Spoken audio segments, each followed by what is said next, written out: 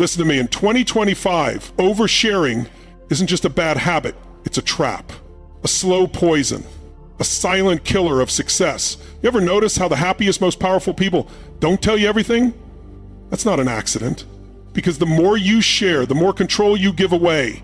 And if you're not careful, you'll be feeding the wrong people, haters, energy vampires, and silent competitors who would love to see you fail. By the time this is over, you'll know exactly what to keep private in 2025 and why it will change everything. You ever had a dream so big, so powerful, it felt like fire in your chest? You mapped it out in your mind. You saw yourself winning, making it happen.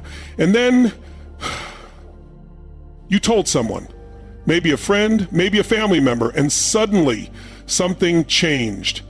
That fire, it started to die. Why? Because the moment you talk about your plans, your brain gets tricked into thinking you've already done something. It releases the same dopamine hit as if you had taken real action. You feel good about the idea, but you've done nothing. And guess what happens next? That urgency, that hunger, it starts to fade. This is why the most successful people move in silence. You ever hear Elon Musk hyping up a project before it's even in motion? No, he drops results. He lets action speak because he knows that the more you talk, the more energy you leak. And then there's the other side of the coin. The moment you share your plans, you invite doubt. Oh, that's never going to work. Are you sure you can pull that off? Sounds risky. And suddenly the thing you were so sure about, you start second guessing it. Not because you were wrong, but because someone planted that seed of doubt. You ever notice how some people will smile to your face but secretly hope you fail? They'll never say it outright, but they'll give you just enough hesitation, just enough negativity to slow you down. This is why you protect your vision at all costs. Think about it like this. If you plant a seed, do you rip it out of the soil every day to show people? No, you let it grow underground in silence where it's safe until it's strong enough to stand on its own. Your ideas, your dreams, your next big move. They need that same protection. Look at history. Look at the greatest inventions, the most powerful breakthroughs. They didn't come from people broadcasting their plans. They came from people executing. Steve Jobs didn't run around telling the world he was going to revolutionize the phone. He built the damn iPhone. Michael Jordan didn't go around telling people he was going to dominate the game. He practiced until he became unstoppable. You don't need validation. You don't need permission. You need to put your head down and work. Here's the truth. The moment you start announcing your next move, you give people the chance to influence it. And not everyone deserves that power. So from this moment forward, you keep your plans locked in. You move first, you win first, and then you let the results do the talking. Because when you finally show the world what you've done, they won't have time to doubt you. They'll be too busy watching you win. Relationships are messy, they are raw, unpredictable, and sometimes painful. And when you're struggling, it feels natural to talk about it, to vent, to seek validation. But here's the hard truth. The more you broadcast your relationship struggles, the weaker your connection becomes. Because the moment you let the world in, you give it permission to judge, to interfere, to pull you further from the person you're supposed to be working things out with. Your friends, your family, even strangers on social media, they all have opinions. And most of the time, those opinions aren't based on wisdom, they're based on bias, personal experience, and projection. Ever notice how the loudest advice usually comes from people who can't even manage their own relationships? The single friend who tells you to walk away at the first sign of conflict? The bitter relative who says they'll never change because they never saw change in their own life? These voices get inside your head. They shape the way you see your partner. And before you know it, you're not fighting for your relationship anymore. You're fighting to prove someone else right. And let's talk about social media. The worst place to take your problems. You ever seen those posts? The passive-aggressive quotes, the cryptic status updates? That's not strength. That's weakness disguised as validation seeking. Because when you put your struggles online, what you're really saying is, I don't know how to fix this, so I need strangers to tell me what to do. But here's the thing, your relationship is not a democracy. It's a partnership. And the moment you bring outsiders in, you weaken the bond you're trying to build. Look at the strongest couples, the ones who have been through it all and come out unbreakable. You know what they have in common? Privacy. They handle their battles together. They don't seek approval. They don't need validation. because they understand that real love isn't about winning arguments, it's about winning together. Think about this. If your relationship was a house, would you leave the doors wide open during a storm? Would you invite the wind, the rain, the chaos inside? Or would you close the doors, lock them tight, and fight to keep the foundation strong? The people who truly love you don't need to know every argument. And the people who feed on drama, they don't deserve to know anything. Because not everyone wants to see you happy. Some people just want to see a show. So the next time you're in a rough patch, ask yourself, am I solving this or am I performing for an audience? Because real love, it grows in silence, it strengthens in privacy, and it thrives when two people choose to fight for each other without the world watching. Money is one of the fastest ways to expose people's true intentions. The moment you start talking about your income, your finances, or your plans for wealth, something shifts. People who once treated you as an equal suddenly see you differently. Some will envy you, some will judge you, and some will find a way to pull you back down. Ever notice how when you struggle financially, no one seems to care? You could be drowning in debt, scraping by and barely holding on, and the world just keeps moving.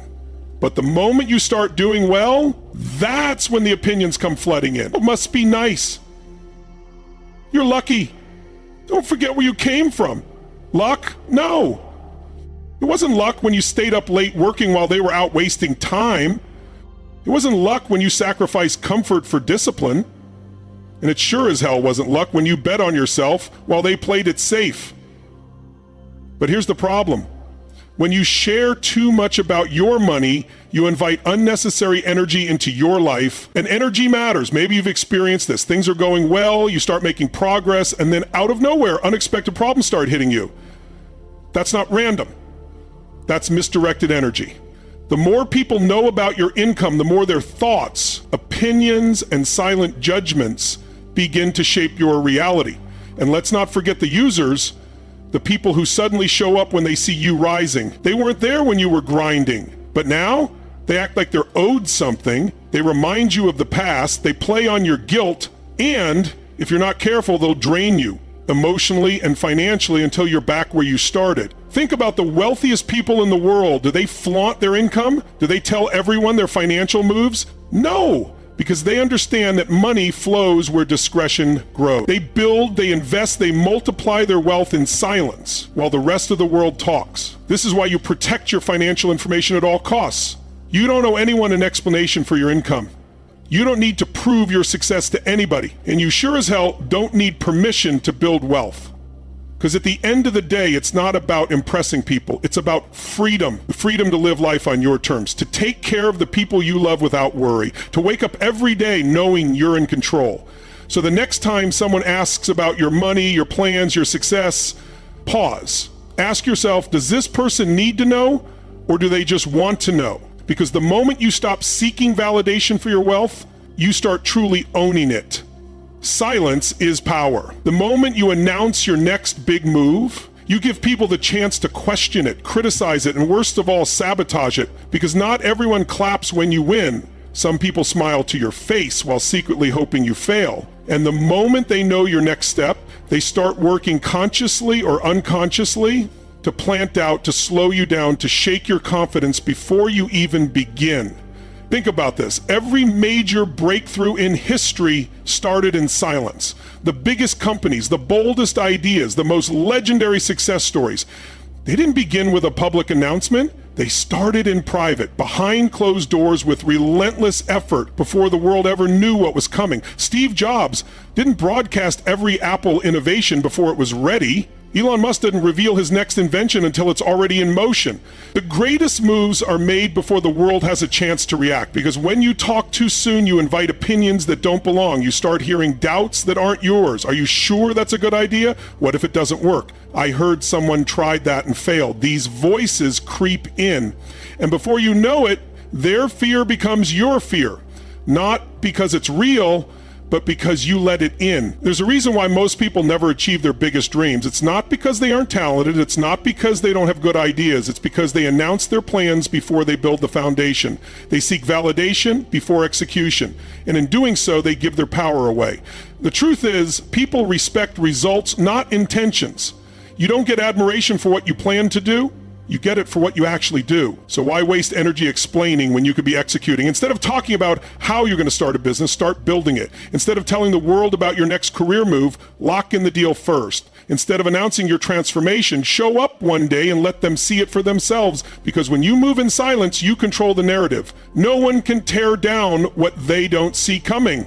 No one can delay what they don't even know exists. You take away their power and put it back where it belongs, with you. So keep your next big move private until it's too late for anyone to stop it. Let them see the results, not the process. Because when you finally step forward, fully prepared, fully unstoppable, there won't be anything left to debate.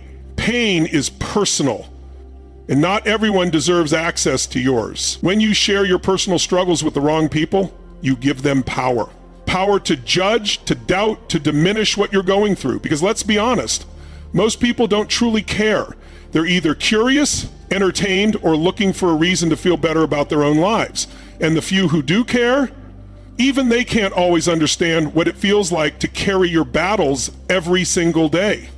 You ever notice how some people use your struggles as conversation starters? They ask, "How are you holding up?" but don't really listen. They nod, they say, "That's tough." But the moment you're gone, they turn your pain into gossip. "Did you hear what they're going through?" They don't see your fight, they see a story, and that story spreads. Now imagine this. You're already dealing with something heavy. You're already pushing through the weight of it. But instead of focusing on healing, on growing, on overcoming, you now have to manage perceptions.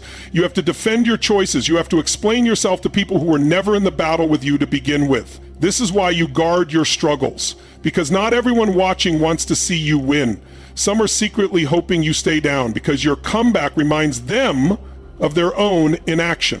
Your resilience threatens their excuses, so they'll poke holes in your progress, remind you of your past, or whisper doubts in your ear, not because you're failing, but because you're rising. But here's what you need to understand. Your struggles are not weaknesses, they are fuel. Every setback, every heartbreak, every moment you thought you couldn't take another step, it's all shaping you into something stronger. But that transformation happens in silence, not in the public eye, not in social media posts fishing for sympathy, not in late night venting sessions with people who don't have the capacity to lift you higher. Because the moment you stop sharing your pain with the world and start owning it, something shifts. You take control. You stop seeking validation for your suffering and start using it to build your next chapter. You stop explaining yourself to people who haven't walked your path and start walking forward with or without their understanding. So the next time you feel the urge to open up about your struggles, pause. Ask yourself, does this person need to know, or do they just want to know? Because the truth is, your pain is sacred. And when you protect it, when you channel it, when you rise from it in silence, that's when the world stops seeing you as someone who's struggling and starts seeing you as someone who overcame. Some things are not meant for the world. And your family secrets, good, bad, and everything in between, are one of them. Because the moment you start exposing the cracks in your foundation, you invite outsiders to take a hammer to it. You give people access to judge, to gossip, to dissect situations they were never part of. And the truth is, most people don't want to help. They just want to watch. Think about this. Every family has struggles. Every family has history. Maybe it's mistakes. Maybe it's conflict. Maybe it's pain that never fully healed. But the moment you air it out, you no longer control the story. It spreads.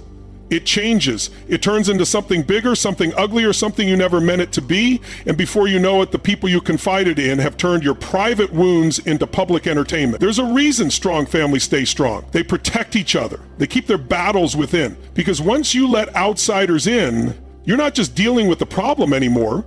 You're dealing with their opinions, their judgment, their manipulation, and that can do more damage than the issue itself. How many times have you seen someone pour their family struggles out into the world thinking they'd get support only to be met with criticism? They expected understanding but got whispers. They thought people would be on their side, but all they did was fuel drama. And now, instead of healing, they're defending. Instead of moving forward, they're stuck in a cycle of explaining, arguing, and regretting. Your family's past is not for public discussion. Not because you're hiding something, but because some things are sacred. Because family isn't just about blood, it's about loyalty. And loyalty means you don't let temporary emotions create permanent scars. Does that mean you have to accept toxic behavior? Absolutely not. If something is harming you, you deal with it. You set boundaries. You step away if you have to, but you do it without making a spectacle of it. Because dignity isn't just about how you carry yourself, it's about how you carry the people connected to you. The strongest people in the world are not the ones who tell the loudest stories. They're the ones who know what to keep silent. They don't waste energy explaining family dynamics to people who weren't there, who don't know the full picture, who only see a fraction of the truth. They focus on fixing, healing, or moving on, not broadcasting.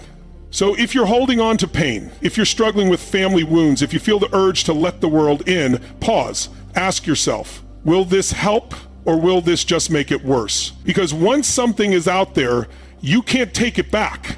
And in the end, your power isn't in how much you reveal, it's in how much you protect. Kindness is powerful, but when you give it away carelessly, it becomes a weakness. Some people see your kindness as an invitation to take. They don't respect it. They exploit it. And if you're not careful, you'll wake up one day drained, used, and wondering why the world never gave back what you so freely gave away. Think about this. Have you ever bent over backward for someone thinking they'd appreciate it, only to watch them take it for granted? Have you ever given second, third, or fourth chances, only to be met with the same disappointment? That's not a reflection of your kindness, it's a reflection of your boundaries. And if you don't protect your kindness, the wrong people will use it against you. The truth is, not everyone deserves access to your kindness. Not everyone should have a seat at your table. Because some people come to feed off of you, not to eat with you. They come to drain your energy, waste your time, and walk away without a second thought. And if you don't recognize that, you'll spend your life trying to fill cups that were never meant to be full. Kindness is not about being a doormat. It's not about always saying yes. It's about being strong enough to say no when it matters. Real kindness is knowing who deserves it, who appreciates it, and who only sticks around as long as they're benefiting from it. Look at the most successful, respected people in the world. They're not unkind, but they are selective. They give, but they give wisely. They help, but they help those who actually want to grow. And when they sense someone is taking advantage, they walk away. Without guilt, without resentment, without hesitation. There's a difference between being kind and being used. And the people who master that difference are the ones who keep their power. They don't let guilt manipulate them. They don't feel obligated to overextend themselves for those who wouldn't do the same. They choose where their kindness goes because they understand that the right people won't demand it, they'll appreciate it. So if you've been giving and feeling exhausted, it's time to ask yourself, am I being kind or am I being taken for granted? Because the world needs more kindness, but it needs the kind that comes with strength.